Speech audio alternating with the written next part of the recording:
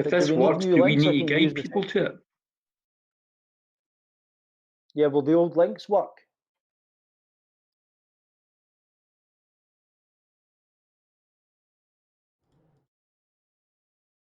Yeah, Douglas, can you hear me? Yeah, I'm just wondering that if people will know Yeah. You where know to what? watch it. I think Andy may have sorted our technical challenges on at least some of the platforms. So see the Right. platforms that are supposed to be viewing us on, I'm not sure if Mm-hmm. they're all viewing us, but I think based on some messages that I'm seeing on my computer here, some of the platforms are actually viewing us, yeah, All right. which is good. Hello, So that's people. good news. Hello. So we have Right. some people. I don't know if we have all of the people, but we have some of the people. Oh, yeah. Somebody Yeah. says we're live on So let's YouTube just, now. My friend that's Trevor. good. Thank And you, I'm getting a Trevor. message, and I'm getting some messages here from other platforms. So it's looking like Andy Brilliant. has managed to resolve the situation, which means that we can call off the hitman because there was a hitman on his way to Andy's Yeah. house. Oh, So that's good news. Okay. So for those of you who don't know me, like some of you won't know me, some of you won't know Douglas.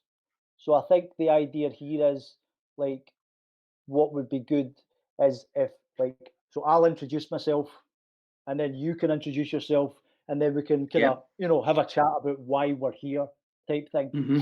So And we're open for questions as well. yes, and we are open for questions. Andy, provided the hitman hasn't reached him first, is going to be moderating all of the platforms and basically forwarding me the questions so that I can put them to Douglas. So any questions, fire them in via whichever platform you are currently viewing on. So my name is Mark McNichol. I am a writer, director, producer, um, and I'm currently directing a feature film, which um, I suppose in terms of like how Douglas got involved, I was looking for a composer, and a friend of mine, a chap called Ian Conroy, he runs a kind of small independent record label, and he gave me your name. He gave me Douglas's name, Mm-hmm. and I hadn't really heard of the BMX Bandits. I am not like I mean, I like my music, but I'm not like right into my music type thing. Um, in terms of like see cool bands and stuff, and I think I'd heard the name BMX Bandits in the context of it being a cool band, but other than that, like I couldn't have told you. No disrespect, but I couldn't have told you like That's cool. the name of a BMX Bandits track or anything like that. Um, but Ian's my pal, and I trust him, and he said he thought you would be perfect, so we met for a coffee. Mm-hmm. And for me, at that meeting, like, see when I picked up on your vibe, just in terms of our chemistry, and when I picked up on the vibe of you, like talking to you about your love of music and film, and talking to you Mm-hmm. about, you know, like you've got this kind of encyclopedic knowledge of soundtracks, and you're obviously very, very passionate about music and film, but you've never scored a feature film before. Obviously, you've been in the No. music industry for many, many years, but this will be your first feature film. So, on the back of just our chemistry, me digging you, how passionate you are about soundtracks and about music and film, I made the decision that if you agreed to, you would be the composer. Mm-hmm. And Yeah. fortunately for us, you did agree. So I think that's pretty much my intro. Um, for anyone who knows me but doesn't know Douglas. So now, Okay. for the people, you know, Yeah, so basically, you can just do your thing in terms of if people don't know who you are or don't know who BMX Bandits are, Yeah. you can maybe just talk a wee bit about that. Okay, for the last 35 years, I've been the leader of a group called BMX Bandits. Also been probably the main songwriter, sometimes collaborating with other people in the songwriting. But I've always had as much of a passion for soundtrack music as I probably have for rock and pop. In fact, possibly more for certain composers of soundtrack music.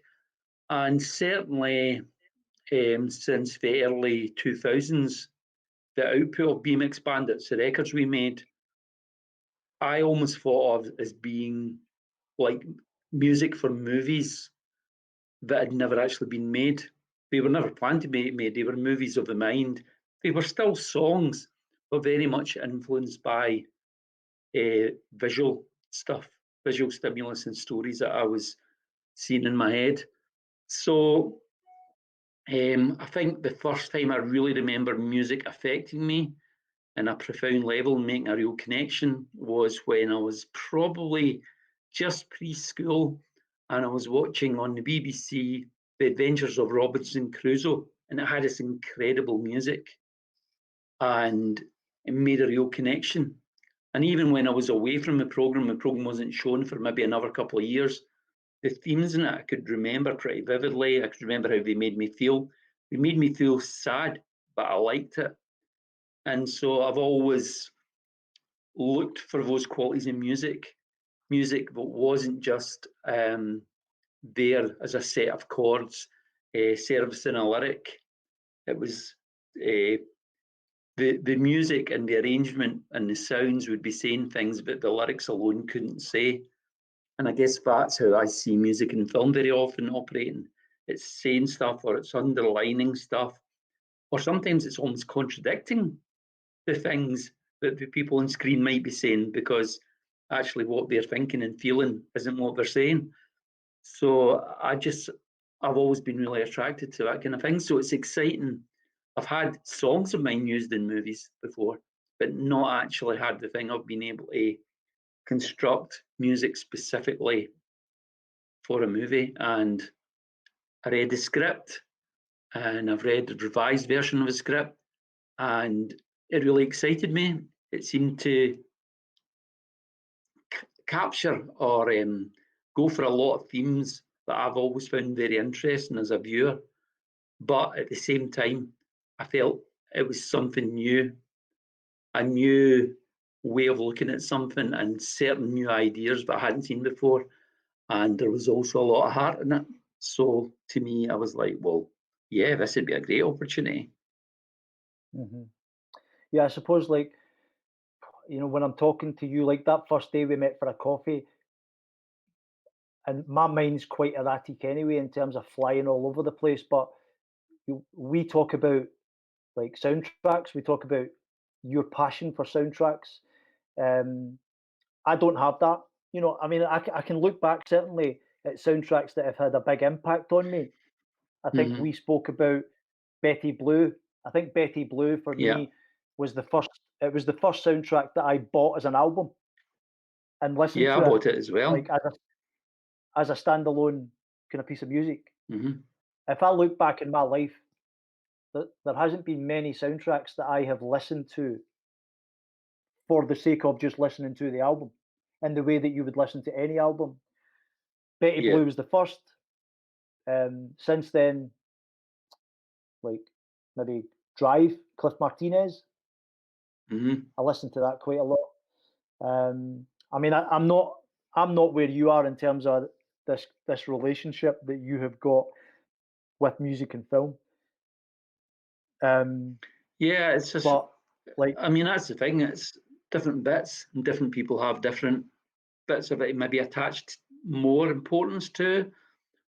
But I think that's the thing. I think even though your focus isn't in the music, it still makes a connection with you. And I know from the way we spoke, when it's wrong, you know it's wrong, and it yeah, can remove you and it can repel you and take you out of what's it's happening. quite common. It's quite common in my Yeah, experience. It's actually quite regular for me to be watching something and I am jerked out of the moment because of the music. I would say I know. I think, that's a frequent. yeah, very often now as well, they just shoehorn almost like music that they want to advertise, or they want to have a thing by a current happening artist. And in Mhm, different territories, that current happening artist might be a different person. So if you see the film in the States, you might have one person singing this song that doesn't really seem to do anything for the characters or the narrative or anything like that. But they've just shoehorned this in because they think, mhm. oh, maybe that's going to get some more bums and seats and make us a wee bit more money. And I don't want to do that because, like, I mean, I'm not a musician, and it's my first feature film, so it's almost like I know we've had conversations in the past where we've kind of discussed the idea of maybe me giving you something. Like, what do I give you? Mm-hmm. What does a film director give a composer in order to help them to do their job? And that's an Yeah, interesting. well, I remember when we first talked, I mean, some of the things I said is I would like to see some of the locations. I'd like to see some of the places this is actually going to be filmed. I'd like to meet some of the players because I think without that stuff and just the script, I can have notions about where I see certain things going, what it might sound like. But I love a lot of movies where the actual kind of physicality of the people has a connection with the music. It's there. I mean, a kind of very simple example of that is Ennio Morricone's The Good, the Bad, and the Ugly. And each one of those characters, the good, the bad, and the ugly, has got his own little motif. Or you get something like Breakfast at Tiffany's, where the song Moon River, Henry Mancini wrote the music for that. He didn't write the lyrics. And he said that that music came from hanging around Audrey Hepburn and getting to know her and watch how she moved. And so he tried to create a portrait in music that would help people watching the film get this special quality she had as a star on the screen. So I think for me, it's not just about the story. It's about the actual players. It's about the editing. It's about the lighting. All of these things are going to inform the music, and I think should inform the music. Mhm. Yeah, I think um, I think it's interesting because I think I remember you saying to me, like, see when you're making music, I can't remember the exact wording you used, but it was something like, see with the BMX Bandits, like Yeah. if you're writing a song and you're writing lyrics, you come with, let's just make a percentage up. Let's just say you're bringing 50%, and the collaborative aspect of what you do, you're not bringing 100%. So, your fellow collaborators within the BMX Bandits are contributing a percentage which equates to Hmm. the output. So I Yeah, and see a that lot can of be in different similarities ways. between that. Yeah. Yeah, I see a lot of similarities between that and what I'm doing because as a film Mhm. director, then to a certain extent, obviously I'm going to recruit key individuals, cast and crew, to bring their skills. And Mhm. then it would be oversimplifying it to say I'm then going to get out of the way, but to a certain extent that is kind of true. Mhm. Yeah, and even the music that I'll be working on for will be um, a collaboration, and there is but for me there always is because you find people. Unfortunately, I know a lot of these people now who you think, well, this is a guitar line or this is a flute line or whatever, and you think, and that person I know they're going to bring that special magic that they bring to things doing that. And another person playing the same line would bring something else to it. So there's all of these sort of things. So yeah, I think the collaboration that goes on in film definitely has parallels with how I generally think about making music. Mhm. A It doesn't, reminder, I think for some, I was just going to say a yeah. reminder that people can submit questions. Andy, the tech guy, is monitoring the platforms. I've just had a couple of questions Mm. come in there. That's what I'm Oh, looking at cool. here. Um, and obviously, it's interesting because some people who are watching this know me Hmm. and know the project, you know. Yeah. So for them, I don't need to tell them too much about it. All I would say is in the description box, there is a link to an intro video. So, Hmm. you know, and a description page in terms of the genre of the film, the synopsis, what it's about, that type of thing. So anybody who doesn't know me, doesn't know what the film's about, have a look at the description box, get in there, have a look. If you don't know me, my website is in there also. If you don't know Douglas, his website is in there in terms of who he is and what the BMX Bandits are all about. Um, Fire in questions for me or Douglas, and Andy will send them to me. I've got a question here from where is it? Question from Janice Cook in relation to the Ennio Morricone piece that you wrote on Facebook. Oh, yeah. Um, she's asking about the Grange Hill connection. What does that mean? The Grange Hill Yeah. connection? Well, basically, how I got turned on to the world of Ennio Morricone. Ennio Morricone, recently deceased, right into his 90s, was still writing film music. He wrote some of the big headline films, I guess, that people know that he wrote are The Good, the Bad, and the Ugly, a lot of the kind of spaghetti westerns, classic spaghetti westerns, but also things like Cinema Paradiso, The Untouchables, The Mission. Incredible body of work, incredibly prolific, but really profound music. And how I was introduced to that world was the guy who played Tucker Jenkins in Grange Hill was on a Saturday morning TV show. I think it was Swap Shop. And a kid phoned in with the kind of typical question, so what kind of music do you like? And he was like, oh, I've been listening to a lot of Ennio Morricone. And you could see Noel Edmonds was a bit like, what? You know, I didn't expect this kind of child or juvenile actors to be coming back with that. And you could tell the kid in the phone was a bit like, what? But I used to go to the library in Bellsill with my dad most Saturday afternoons, and he had a great music section. And I managed to find an Ennio Morricone album. And it turned out I actually already knew a bit of the music, but kind of the range of music and just what he was doing. It just so I was a fan of a lot of rock and pop music, but there was things I was hearing on this record that were just felt like they were leaps and bounds in creativity ahead of most stuff I was hearing in the worlds of rock and pop.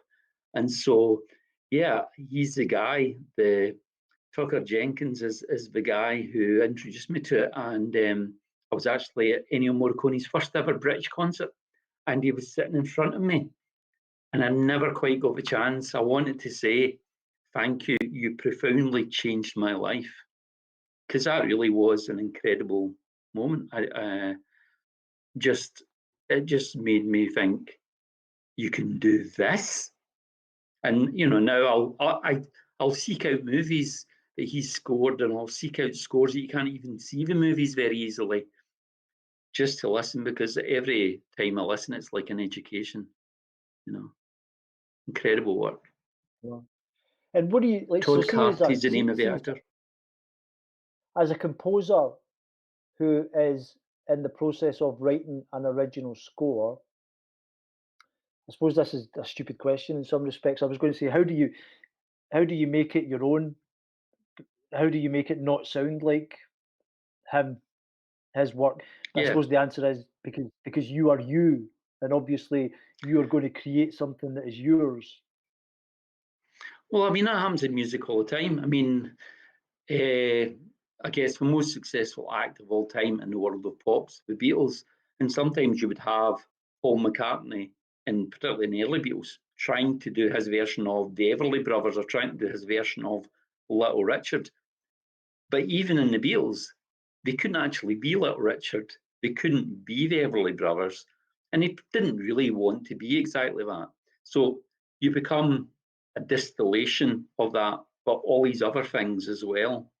So sometimes I found myself going, "Oh yeah, this was my kind of starting point for this." Bernard Herrmann, who wrote a lot of the music for Alfred Hitchcock, um, another incredible composer who wrote the but incredible music for things like Vertigo. And uh, my starting point for a kind of disco song I once wrote was trying to do a kind of Bernard Herrmann thing, but then it went off in such a different route that I think if I said to a lot of people, "Oh yeah, the starting point for that was I was trying to think of trying to do something a bit Bernard Herrmann like," they'd go, "What? That's like a kind of quite sweet disco song. How does it go there?" But yeah, your own thing.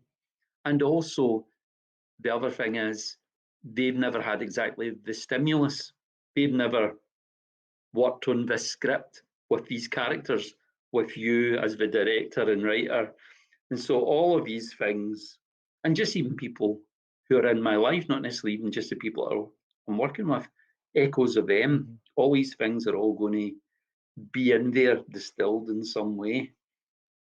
So Yeah, hopefully, and I think also, it's always a see, the mistake to thing try is, and do a pastiche.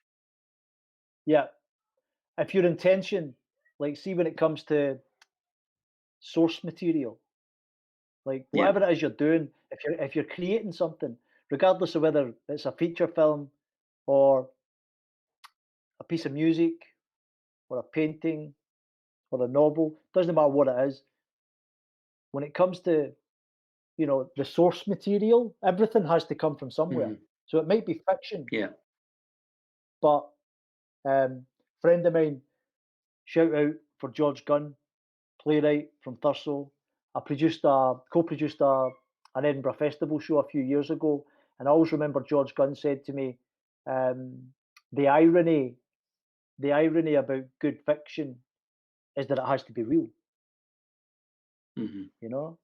So even if it's fiction that I'm working on, everything comes from somewhere.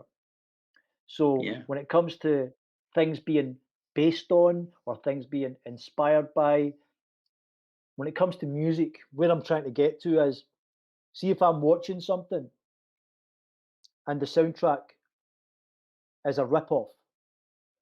That's a Hmm. bad that's a bad place to come from. It's a bad intention. So to give you an example, there's a drama on Netflix which my good lady is currently binge watching called Queen of the South, and Hmm. she's like a big time Mexican coke dealer.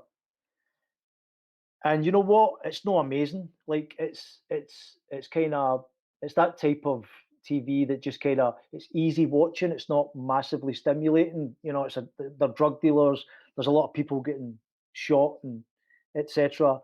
It's really not at all original, but it's easy watching, and she's into it, so I watch it. But there's bits where, like, see the Scarface soundtrack. Hmm. So I don't know who did the Scarface soundtrack, but I Pino remember the Donaggio. Scarface. There you go. So that's you with your encyclopedic knowledge of soundtracks. In fact, I should just file films at you and see if we can catch one Oh that no, that no. you don't know. But the Scarface soundtrack, which is very, very distinctive, Yeah. they've done something similar. They've done something similar in this current Netflix drama, which for me spoils Mm. it for me because I don't know what it is about it. It just comes across as being it's not like a tribute. There's a difference between a tribute and a rip-off. Yeah. Does that make sense? The No, it is. intention is Yeah. not. I don't feel the intent. I feel they've been lazy. I feel the composer. In fact, I better not say anything in case I get sued. But basically for me, there's a difference between paying tribute to something. So, see, for you to pay tribute to your man, which is named Morricone, you could pay Yeah, tribute to him, but you wouldn't rip him off. no. And I think Mhm, also, I think what sometimes happens is that sometimes directors have kind of rough music that they've taken from different sources, but they just put into kind of rough edits. And you can imagine it being a bit like, but I think that can be a dangerous territory because then they're almost saying to whoever's doing the music for the film, I basically want something like this. Now, mhm, most of the great scores that have been created by people like, Morricone, John Barry, Bernard Herrmann, Pino Donaggio, whoever, they haven't been created out of giving something like this. They've been created by the people actually trying to do something new that really mhm, was individually crafted for that project. Not, mhm. oh yeah, there's a bit of a drug dealer thing. Scarface, that was a successful film. Let's just do something like that. If Brian De Palma did another film who directed Scarface about that kind of subject, I'm sure he wouldn't be just like opening up the drawer and going, "There's our drug dealer music." Mhm, mhm. Yeah, Have yeah. somebody's already went for a stabbing scene. So you still see some TV shows and things wheeling that out, and you go, "Come on, that was really original. Do something original and fresh." Well, there's also quite a lot of library music, Hmm. So, and also, I think quite often, independent feature films, quite often, the music comes in post production. So they'll shoot it, Hmm. and then they'll get, a composer, and that composer will either use library music for that genre or a mixture of some library music with some original content. But it's safe, it's safe and it's not ambitious. It's just not, Yeah, on a project of this nature. This is a low budget independent film, and that means that we get to have some fun. It yeah, means that totally. we don't have we don't have any accountants standing over our shoulder telling us what we can and what we can't do. Because if we did, we wouldn't have got this far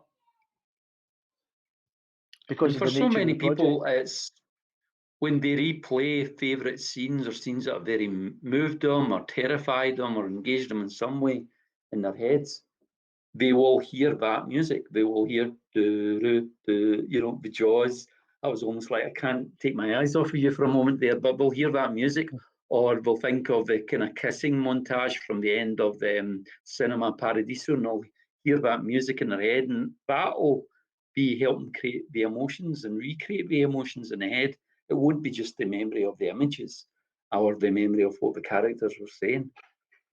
So it's a big part of what people take away from the experience, and sometimes they don't maybe realize what a big part it is because they're not paying attention to it while it's happening as part of a whole, and so they shouldn't just be listening to music going, oh, that's catchy, oh, what's he doing. It's like you shouldn't really be thinking about the light, and you shouldn't really be thinking. It should all just be part of an experience for the viewer. Yeah, you should be in the moment. You should be in that Yeah. world. And if something, unfortunately for me, watching films is a bit of a busman's holiday. So see, when it comes to fiction, you know, as someone who has experience of writing multiple mediums, it doesn't really matter what it is. I have a challenge regardless of the medium. So, novels, theatre, television, film, whatever it is, it's that's why I watch a lot of documentaries, because for me, documentaries is it's like a day off. If I'm watching a Hmm. documentary, it means I'm not getting into it, because with fiction, quite often, it's a bit of a roller coaster for me, because see, if it's brilliant, I'm jealous. And if it's shit, I'm frustrated. So Hmm. if it's rubbish, I'm like, Jesus, why is this shit getting You know, why is this shit getting greenlit? It's garbage. And I'm having to, you know, I'm having frustrations and difficulties getting projects off the ground, and people are getting shit like this done. And then if it's Yeah. brilliant, I'm like, oh Jesus, why am I doing this, man? Why am I doing this? You know, there's people But who are really, don't you really think talented out there. they can both be quite inspiring in different ways? Because I know regarding music, and I'm sure it's the same for many creative pursuits, if you see something done wrong, or I hear something done wrong, you know, you'll go, well, I think I could do that right. I think I've got an understanding why that's wrong and how it could be right. And that might seem like an arrogant kind of standpoint, but you've got to have that kind of belief or arrogance. Or if you see it done right, that can be really like, wow, I want to do that as well. I want to aim for that. I want to aim for the thing that really Hmm. connects, you know, like that's connected with me. Hmm. So I the remember, bad, the good and the ugly can all inspire. I remember you, um, I remember you said, what was it again? You were talking about, so see, back in the day when you were Hmm. doing your thing, right? And there was this, like, there was a lot of bands and musicians who were expressing violence. You Hmm. know, they were expressing, you know, they were throwing TVs out windows. Their music was violent. There was this real kind of abrasive, aggressive, um, Angry young you know, man. hard, angry, yeah, angry stuff going on. And you were doing something with the BMX Bandits that was completely different. So the irony was that they thought they were the rebels when in actual fact, in some ways, it was you who was the rebel because you were about love and you were about Yeah. positivity. You know, you were about putting a positive message out there. Um, and I found that interesting because one of the difficulties that I have had on this project is so, in terms of genre, obviously the horror genre is the most, you know, it's the most popular of all the genres. It's the most commercially, it's the one that has the most demand. It's the only genre that has its own dedicated film festivals.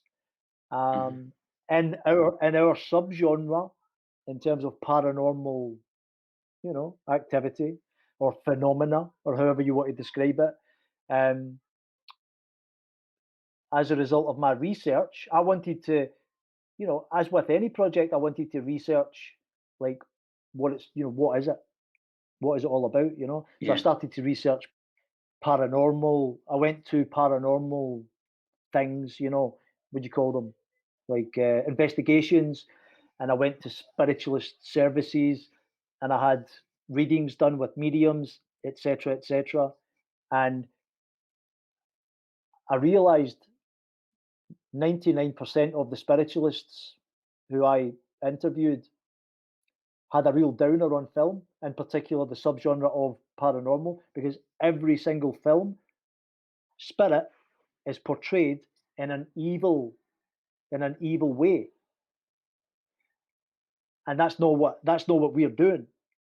Now it's difficult for Hmm. me to say what we're doing without giving any spoilers, but we Yeah. have a horror film in that subgenre where 99 out of 100 are expressing evil spirits and scary ghosts, etc.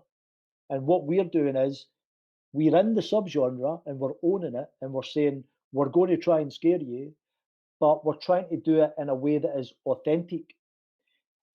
And so what I'm trying to do in terms of the story reminded me of what you said when you spoke about all of these angry musicians in the 80s and the 90s and the fact that you were doing something different.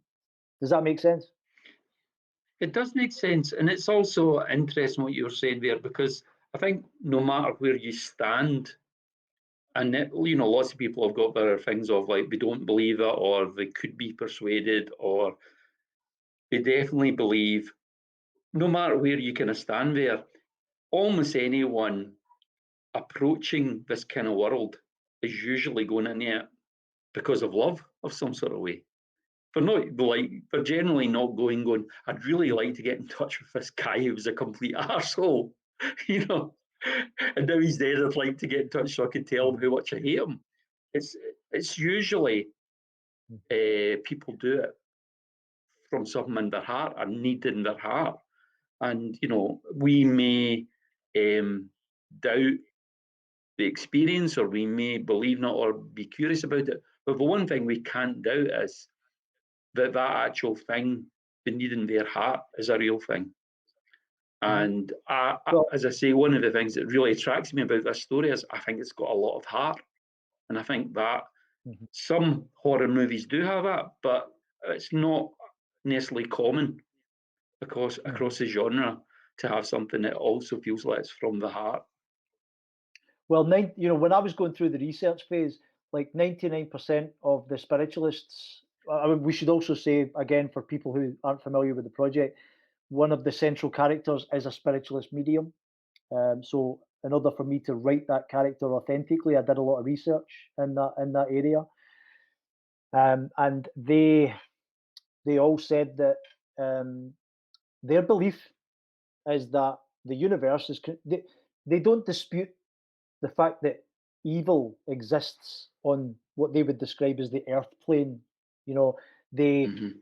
they totally accept that there is evil here and there are evil people. But after physical death, they believe that the universe is constructed in such a way that the only thing that can come back is love.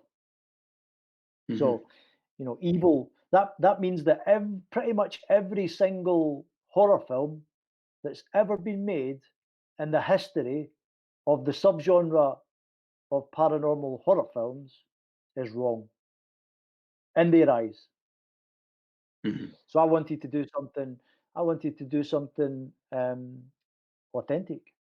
But the challenge is, friendly ghosts aren't very scary. So, how are you going to scare people with a friendly spirit? How are you going to scare people with a loving spirit? You know, so Hmm. obviously, as a writer, that was something that I was challenged by, and I wanted to get my teeth into, and I'm hoping that we pulled it off.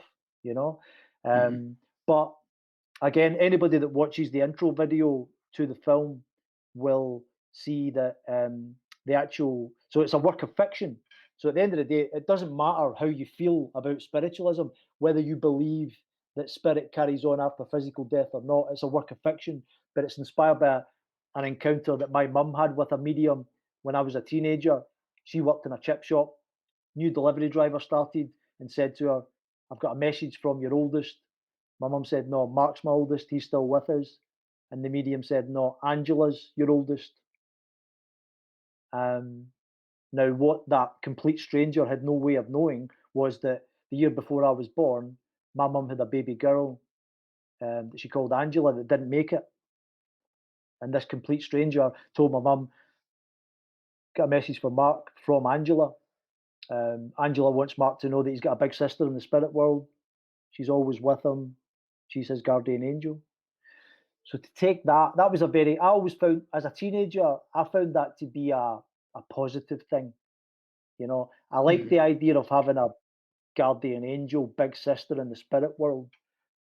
So to use that as my kind of source material for the writing of the script, um, it would be difficult for there to be anything other than love in terms of the Yeah. output.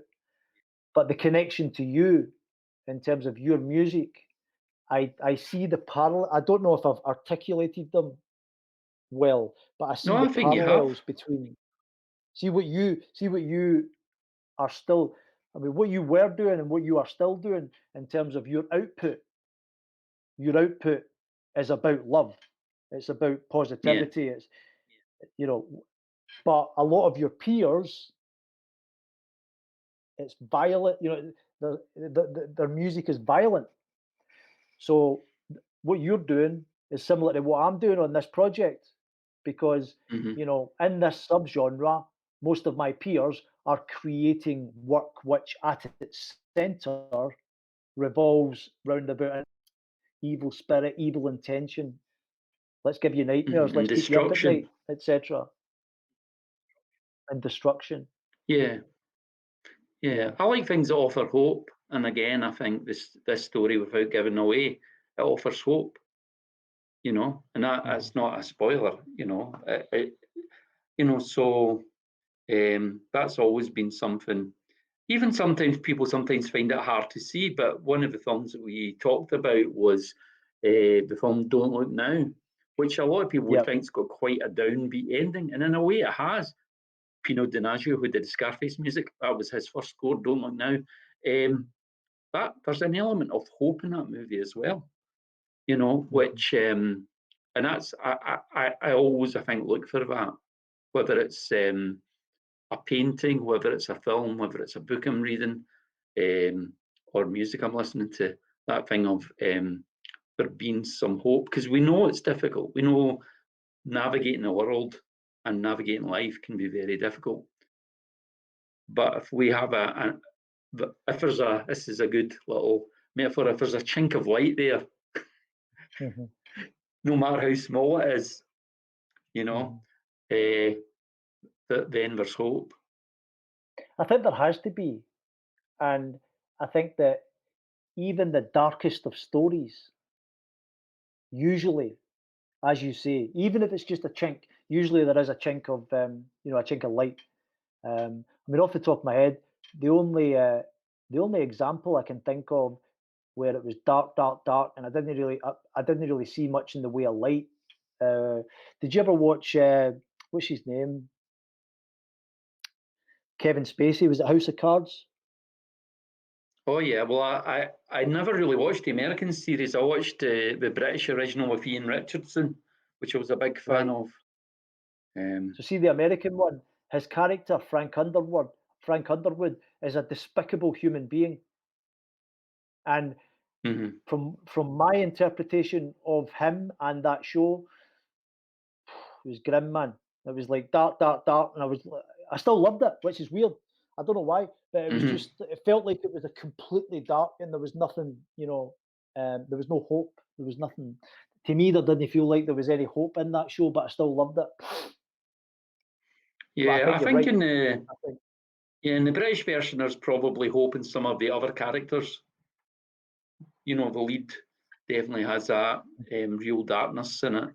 But again, there's a certain amount of humour in it as well. But yeah, generally that thing of people turn to these things when their life is feeling difficult or they just want to escape their regular world. So it's good to be able to take them into a place that there's some element of hope if they're not necessarily feeling that they have that at that particular time in their life.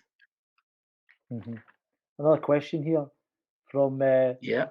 Jamie Simpson.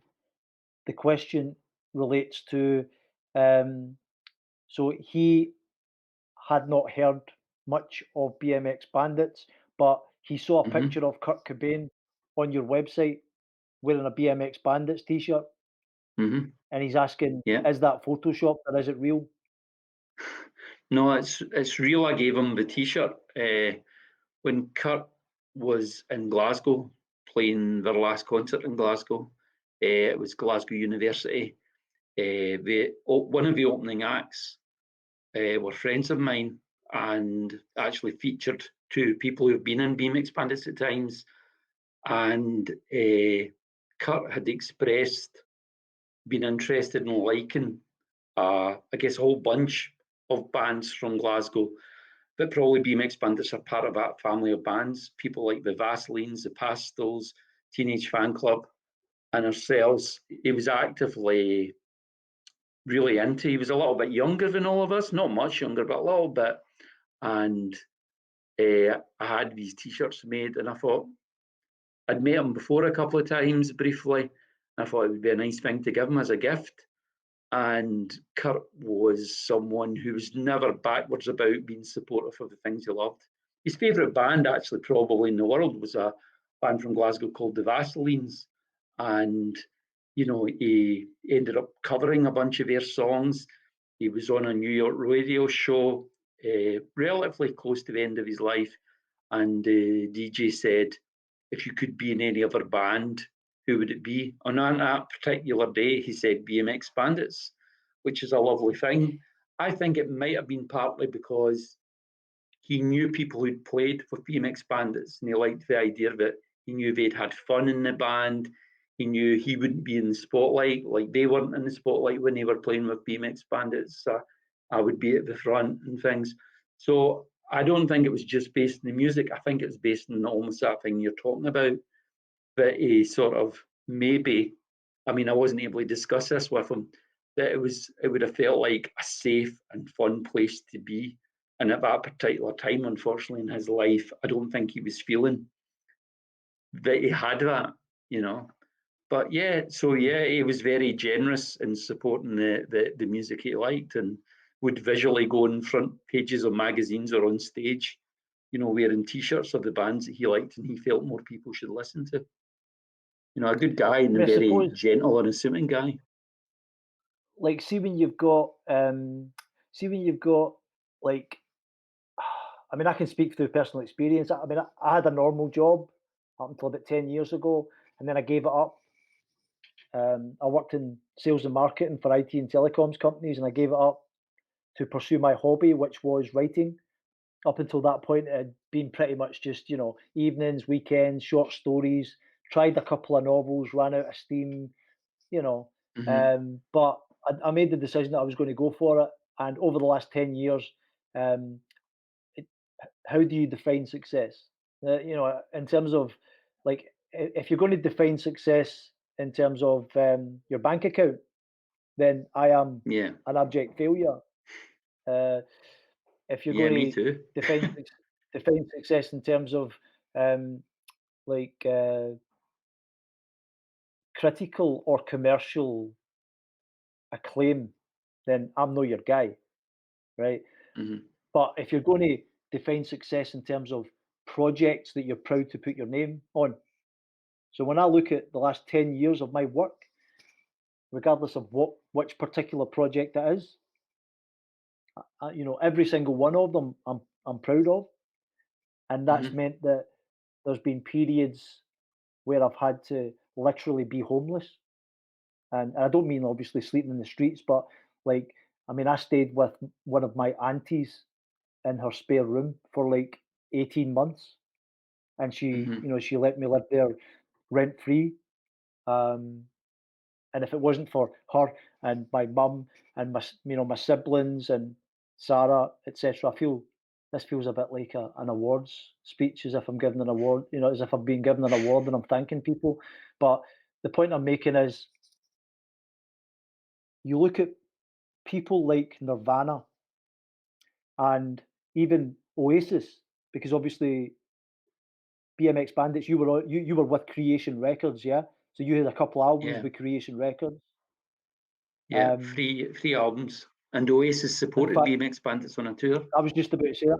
I was just about to say, am I right Right. in saying that Oasis' first gig, they supported BMX Bandits?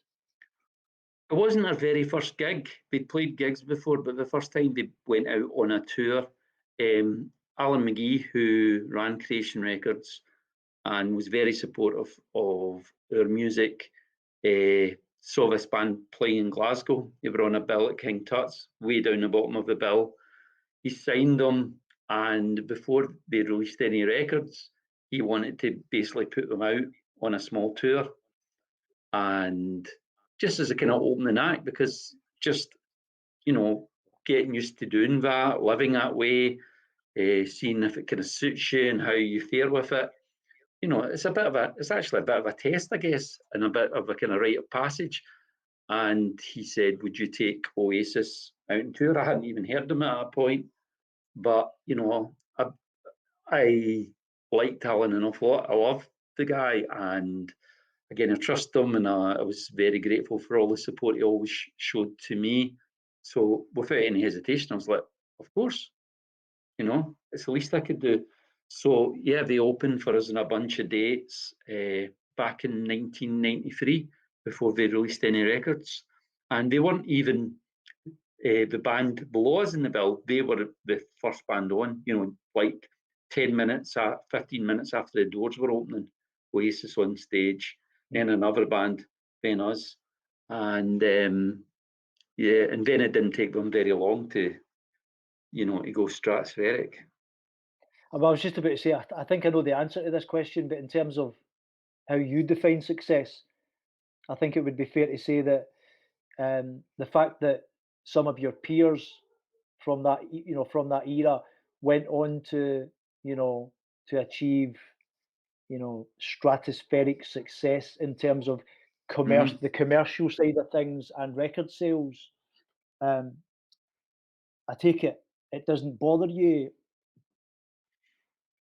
No, I mean, don't get me wrong. I would love to have a song that postmen all around the world were whistling on the rounds, and and that everybody in the world knew. But I'd like to have it in my own terms. I'd rather have Mhm, a thing in my own terms that reached a fraction of that audience than something that I wouldn't really feel comfortable that my name was attached to it and people saw that as coming out of me. And mhm, but you get some artists who've been very, very fortunate and they've managed to achieve both. They doing something very personal, sticking to their guns, and it's found its way to the top. Sometimes it happens to artists after they're dead or very late on in their life. People reevaluate their work and suddenly it becomes hailed as being very important. But yeah, for me, that connection thing and the fact that it authentically feels like it's from me and I can stand by it, like the stuff you were saying about your own work, is more important.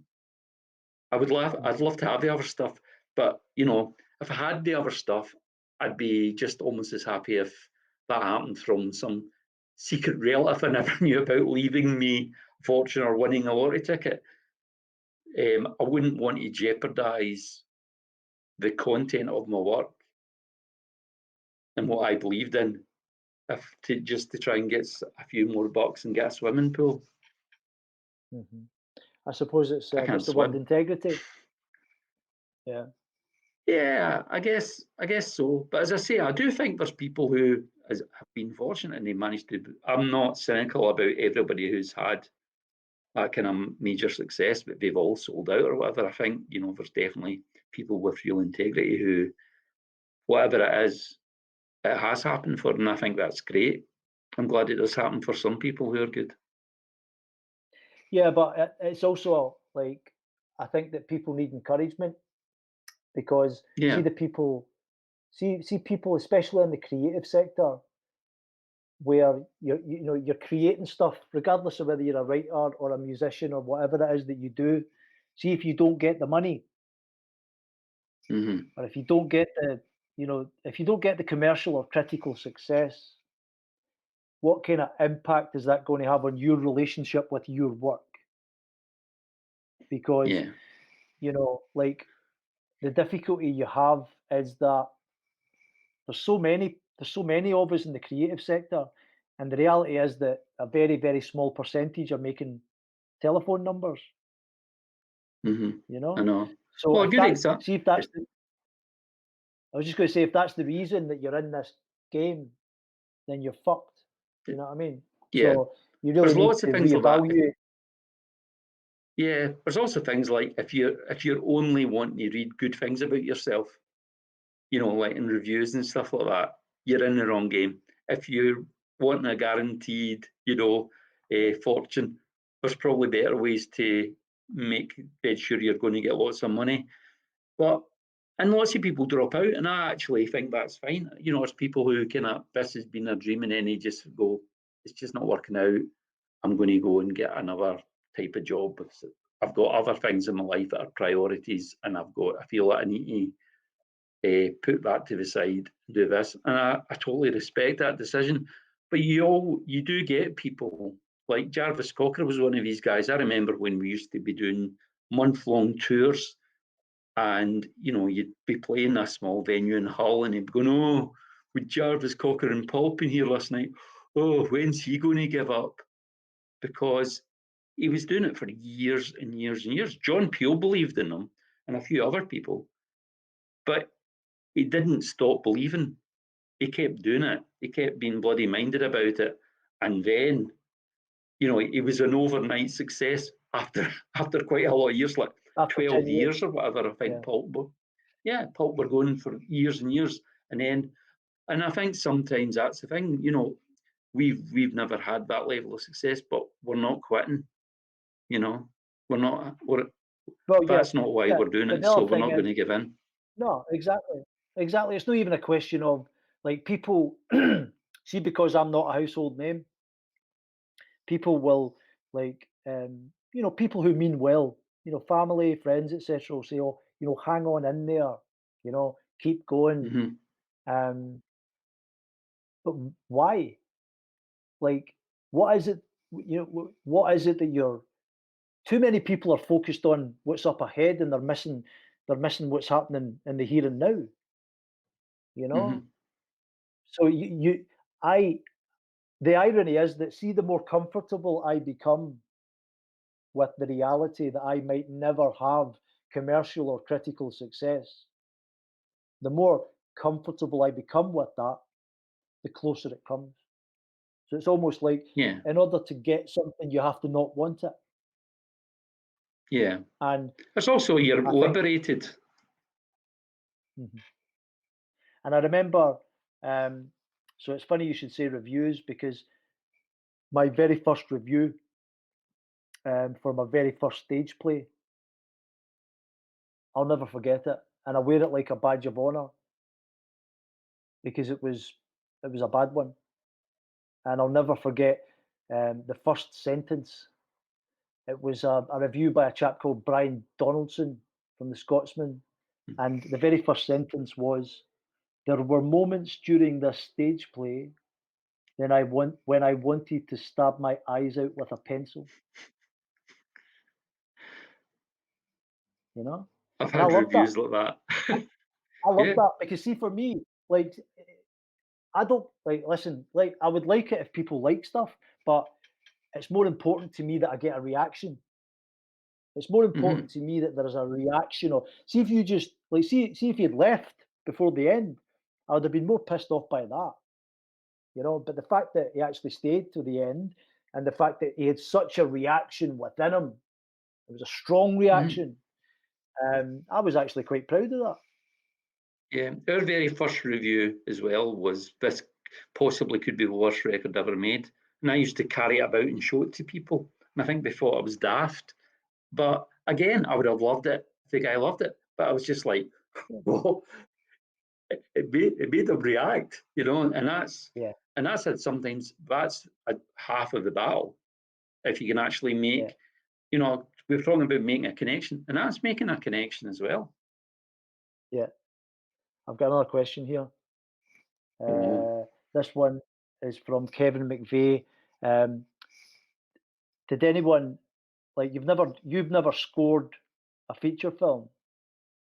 no, Is it because you were never is it because you were never asked? Like, if someone had asked you to do it, would you have considered it, or were you asked but you weren't into it for whatever reason? no, I'd never actually been asked, but I wouldn't have just went, yeah, okay, to anything. I would definitely. I mean, it could be quite a wide-ranging thing, and I would have been interested perhaps in doing it. But yeah, I was never asked. And sometimes I actually, as I said earlier, I would have songs that weren't written for particular movies, but placed in movies. And I'd feel a frustration going, why didn't they get, why are you just putting that song in? Don't get me wrong, sometimes it's quite nice because sometimes maybe the song actually worked quite well, or and you were getting financially rewarded for it. And I guess it's just a thrill seeing it in a movie that people can see in the cinemas or whatever. But I would also go, man, I wish we'd thought about actually saying, would you write like to write a song specifically for this, or would you like to write a whole score? But yeah, this is, I think, rather unbelievably, the first time anyone's actually had a sense to ask me. Mhm. Well, we'll get Ian Conroy to thank, because obviously my pal, Yeah, good shout out guy. to Ian Conroy. Ian Conroy, Violet Records. He's the guy who, suggested your name.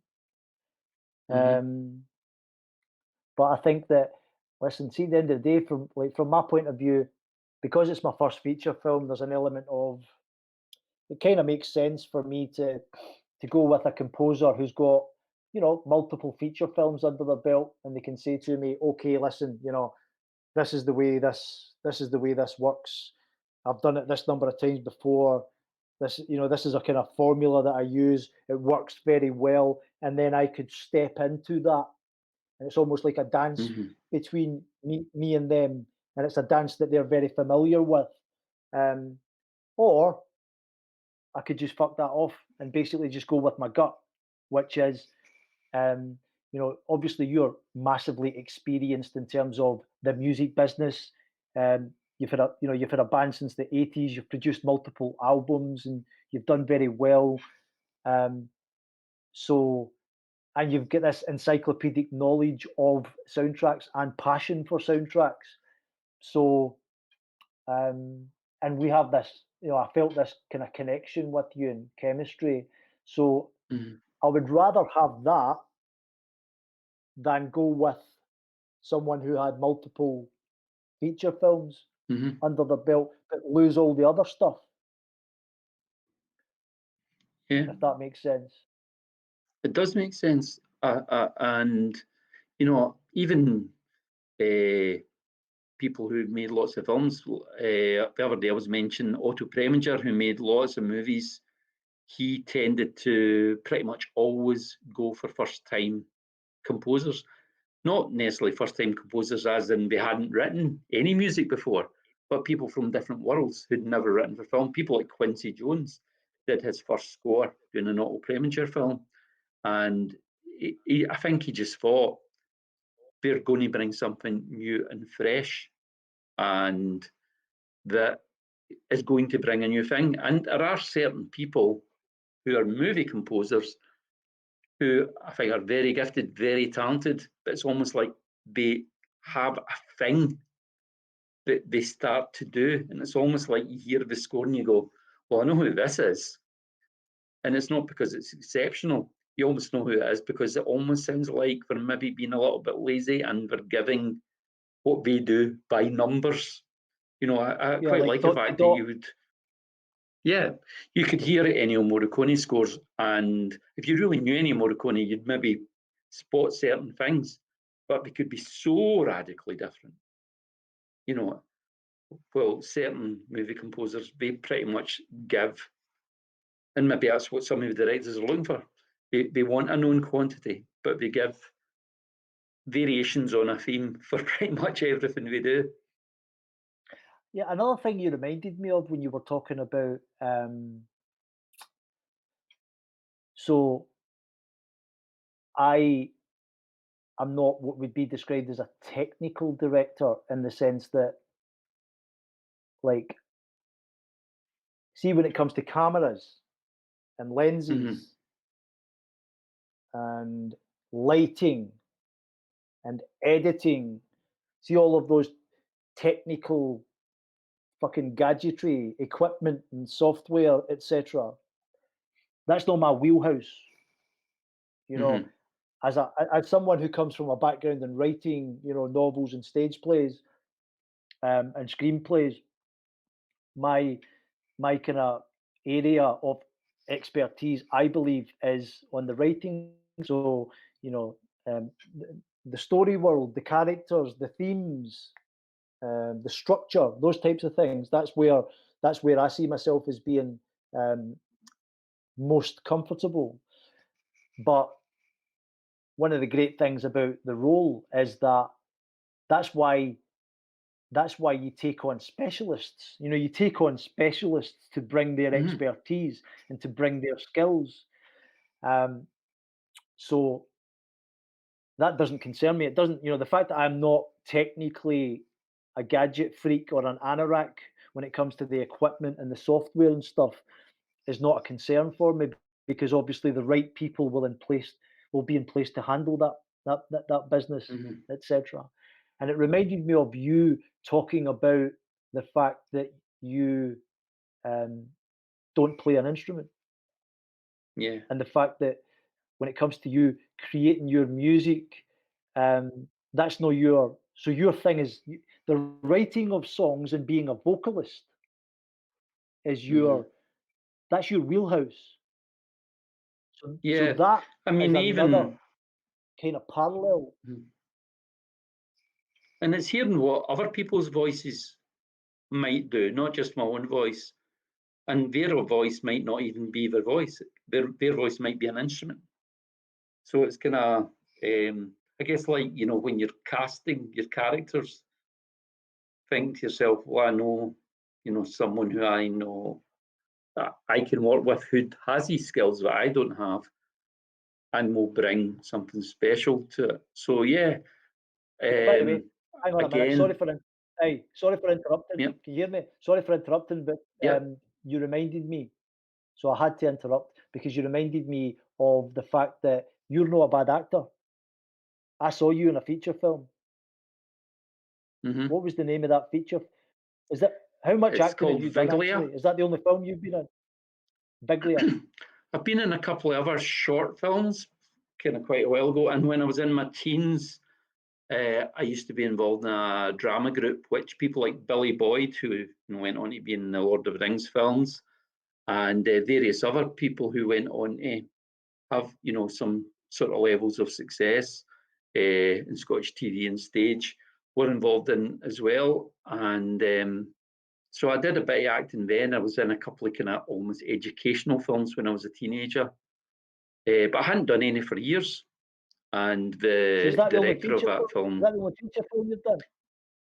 yeah, and I think the director writer of that film, or co-writer of the film, imagined a character that he didn't know me at that time, but he in his head, this character seemed to be a bit like how he imagined I was in some ways. And then when he was thinking about casting it, he thought, maybe I should actually speak to Douglas. Maybe rather than finding someone who's a bit like Douglas, I could, have a conversation, not necessarily saying, I definitely want you to do this, but, finding how we connected and how we thought about certain things. And, it turned out we'd quite a lot of similar views and ideas and things that we liked. So it seemed like a good idea that I would have a go at doing it. It also reminded me, like, see your music, see the way you describe your music in terms of Yeah. it being about love and about positivity and about being kind of uplifting and stuff. That film I got that kind of vibe from that film. I would recommend it. I think it's on Amazon Prime. So anybody who hasn't seen it, Yeah. check it out. Yeah, I think it's a lovely film. Again, people go, well, you're in it and you co-wrote it, so you know, uh, you would say that.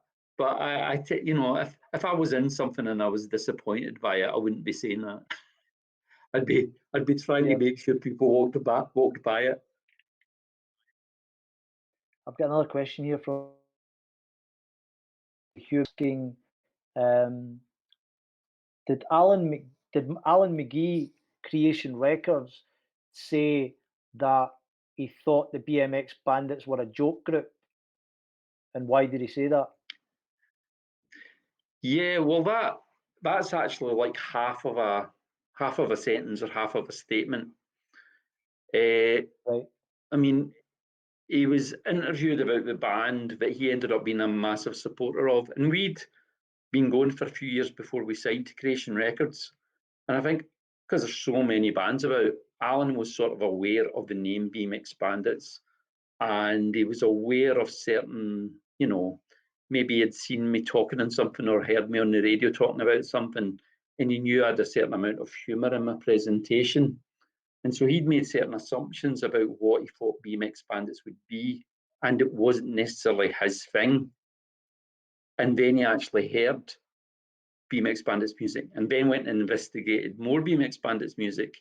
So I think it was the song Serious Drugs, which is one of our most successful songs.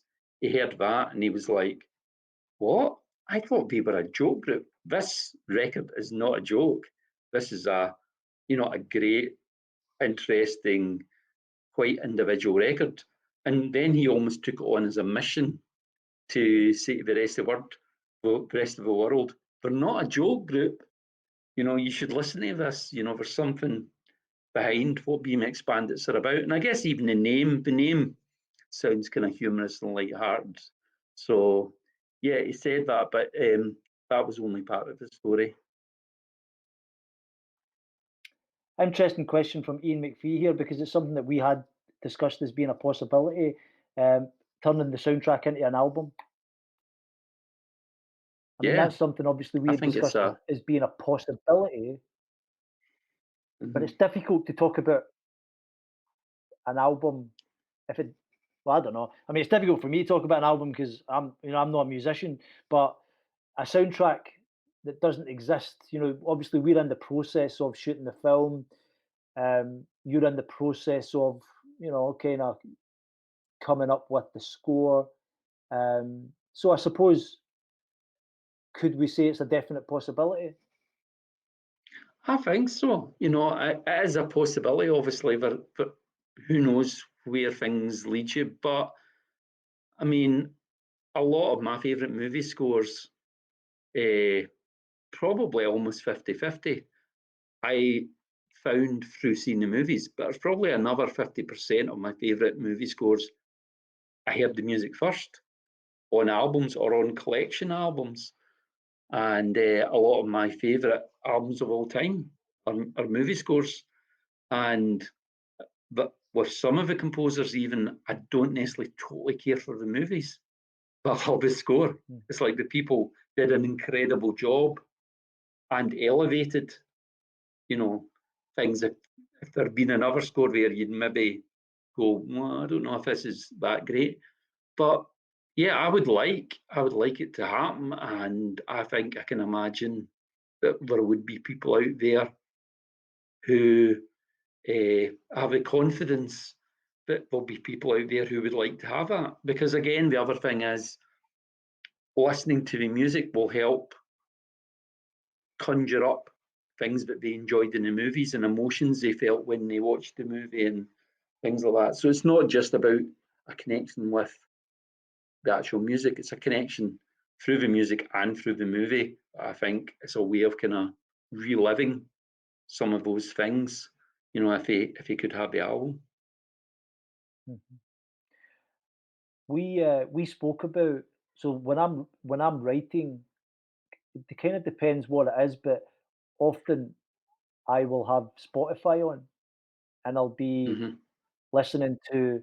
So for example, if I like when I was writing Dreaded Light, it's in that subgenre.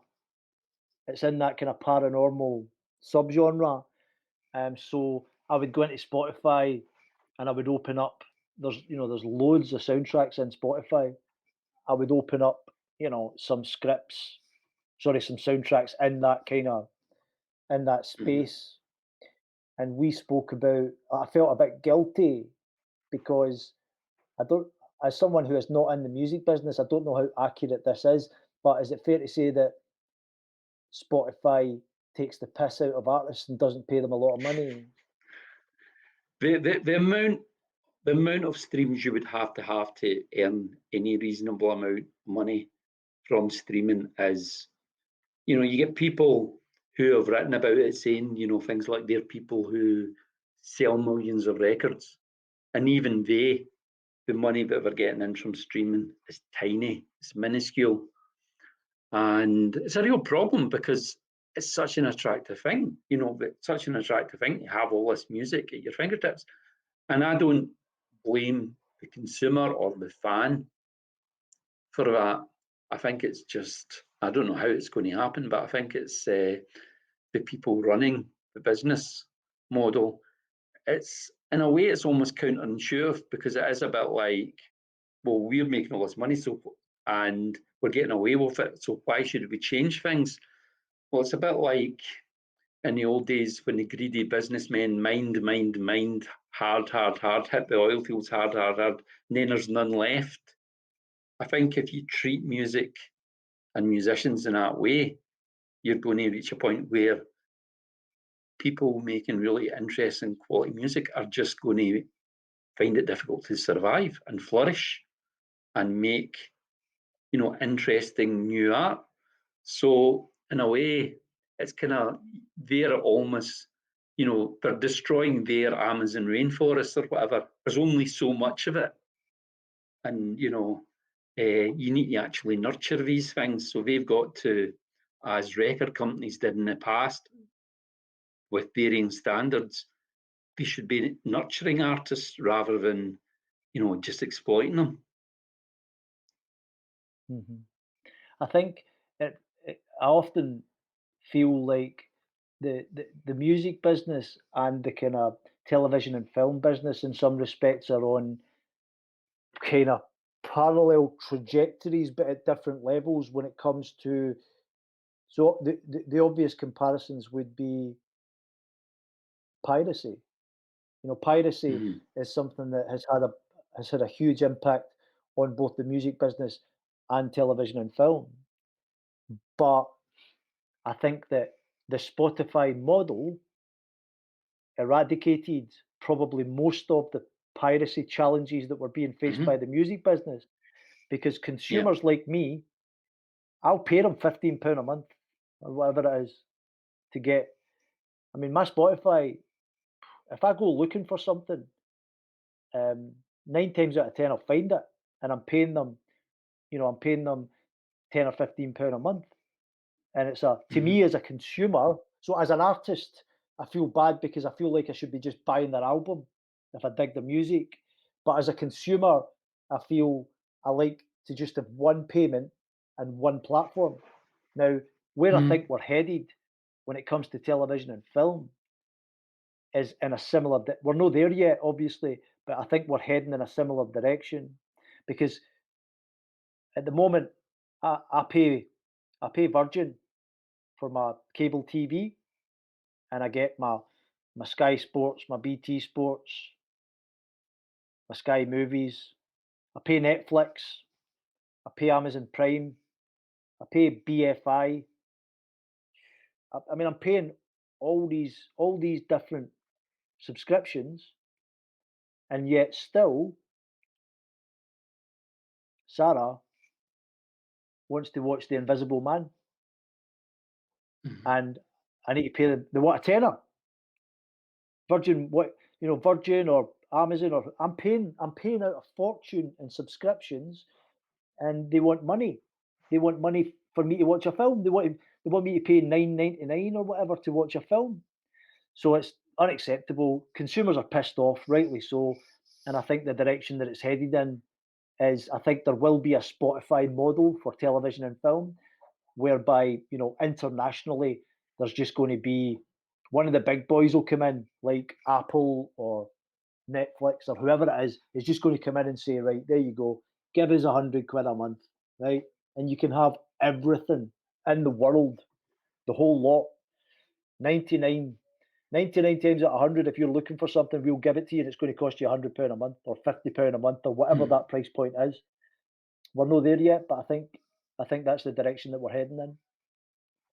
I think there's a good So what chance. about, see, in terms of albums, like when was your last album?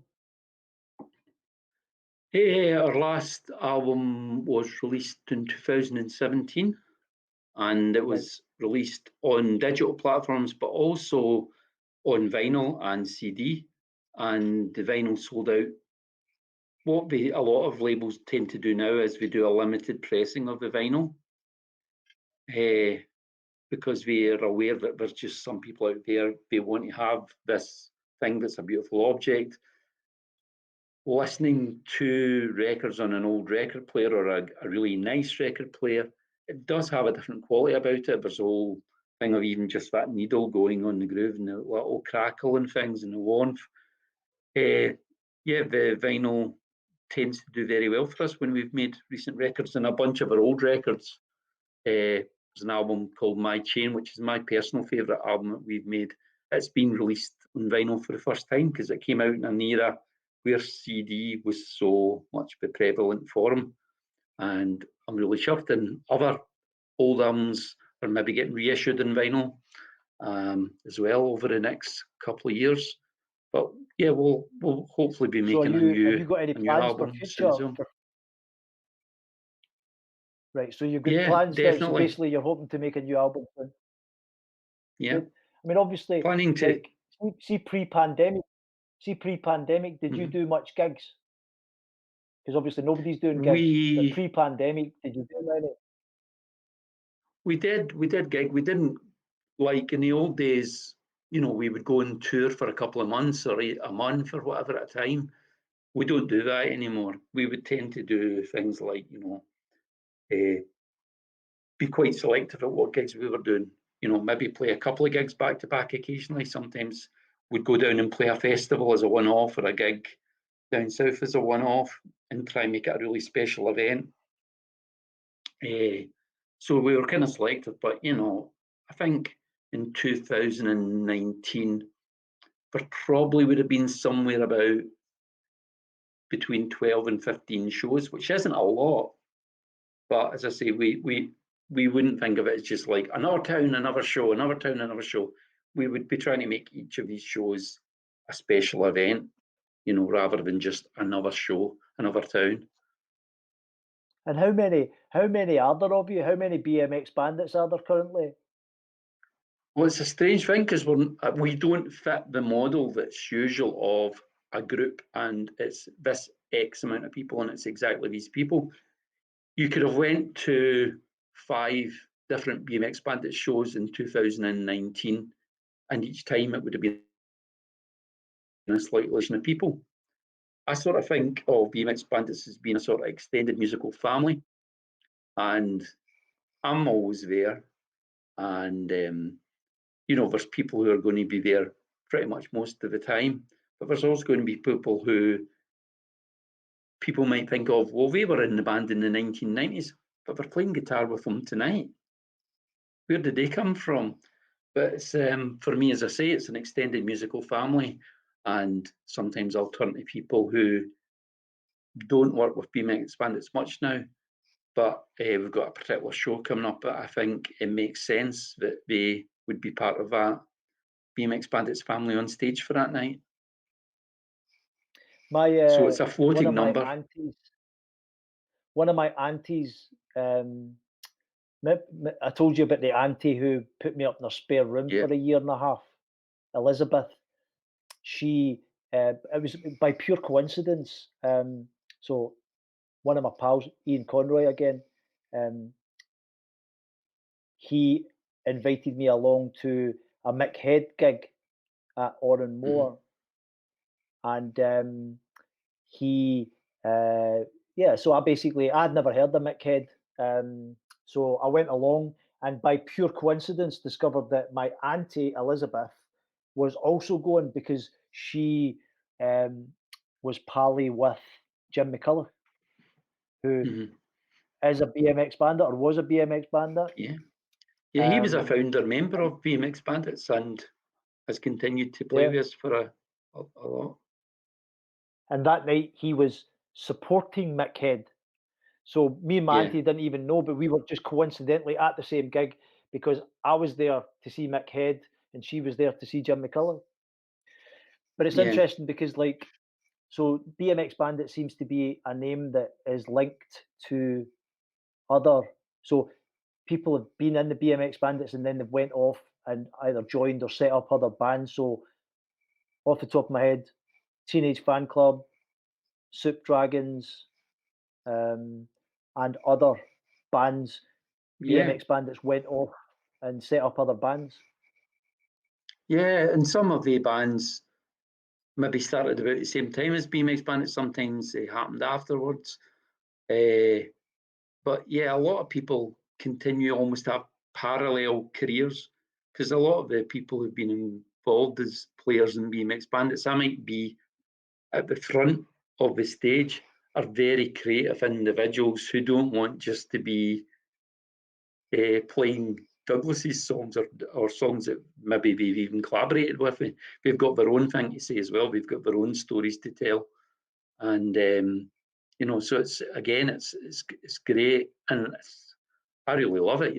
I'm fans of all of the people who have been part of that BMX Bandits family. So I don't want to have that ego thing of going, no, you're playing with BMX Bandits, you're not playing.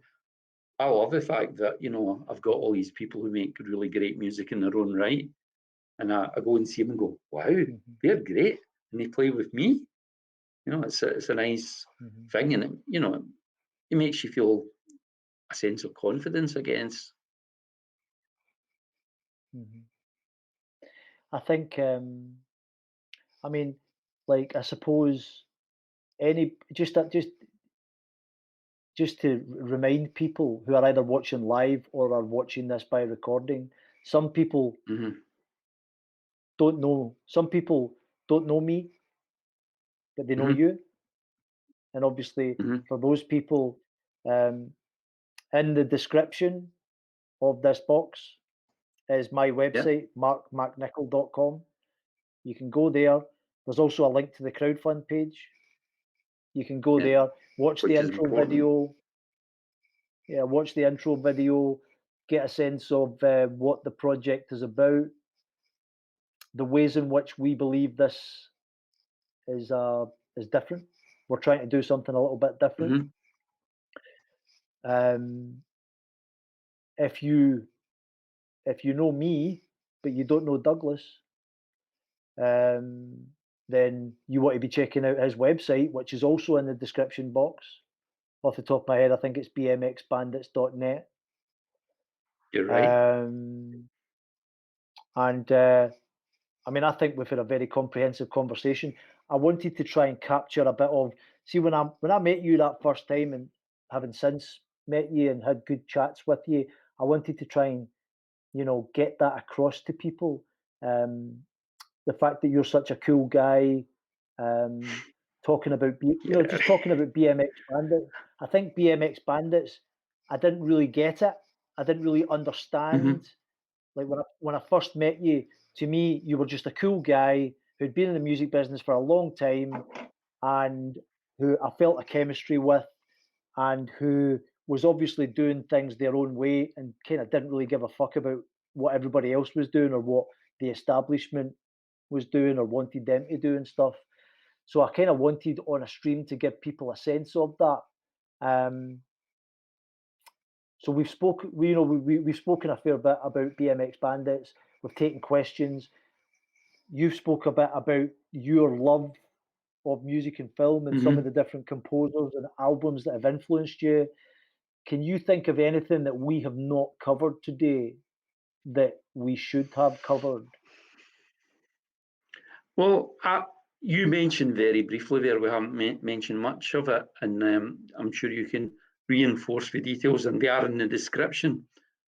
But like a lot of creative projects now, whether it's music, writing,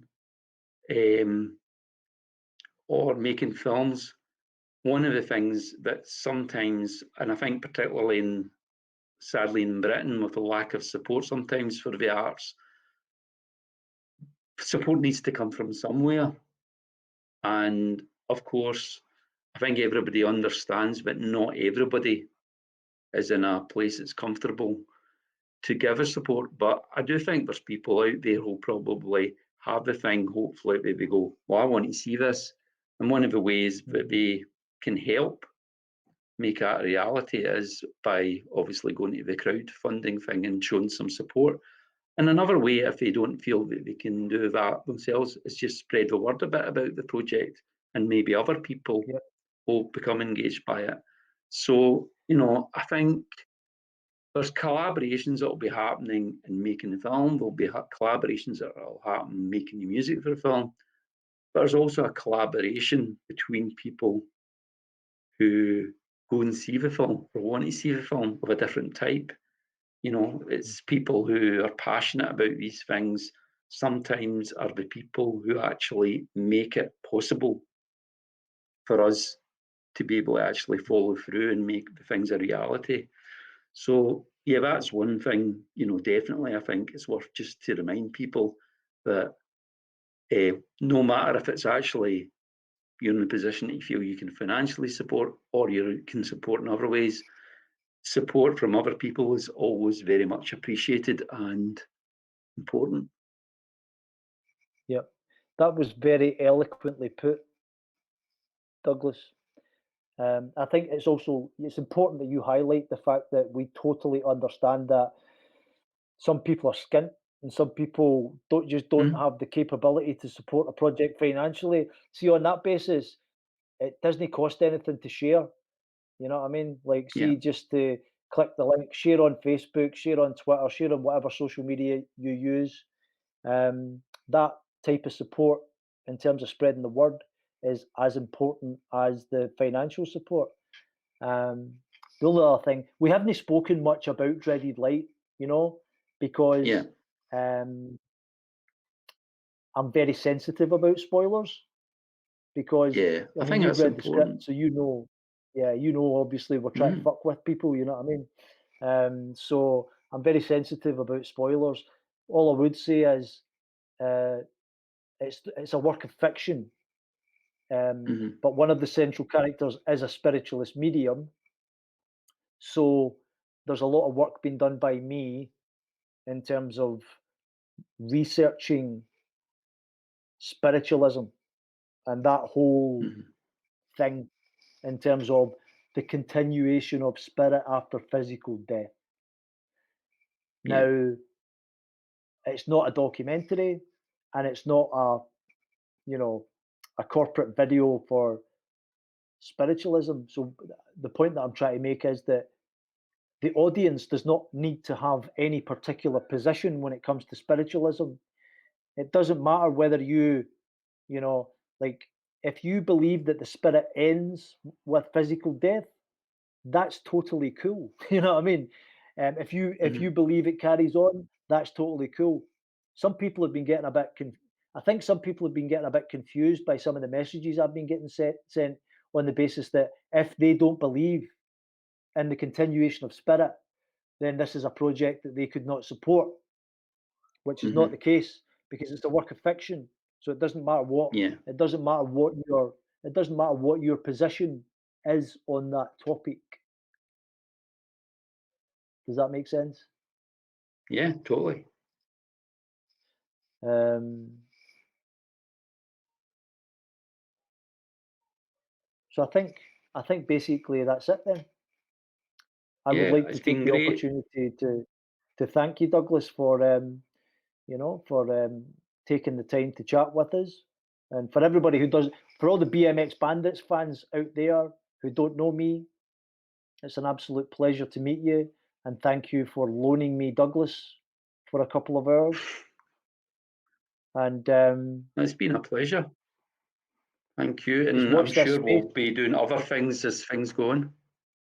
Yeah, watch this space, and we shall keep you posted. And check out the links in the description box. Brilliant. I'll see you Thanks, soon, Mark. Douglas. Thank you for having me. Oh, Yeah, I look forward cheers. to Bye it. bye.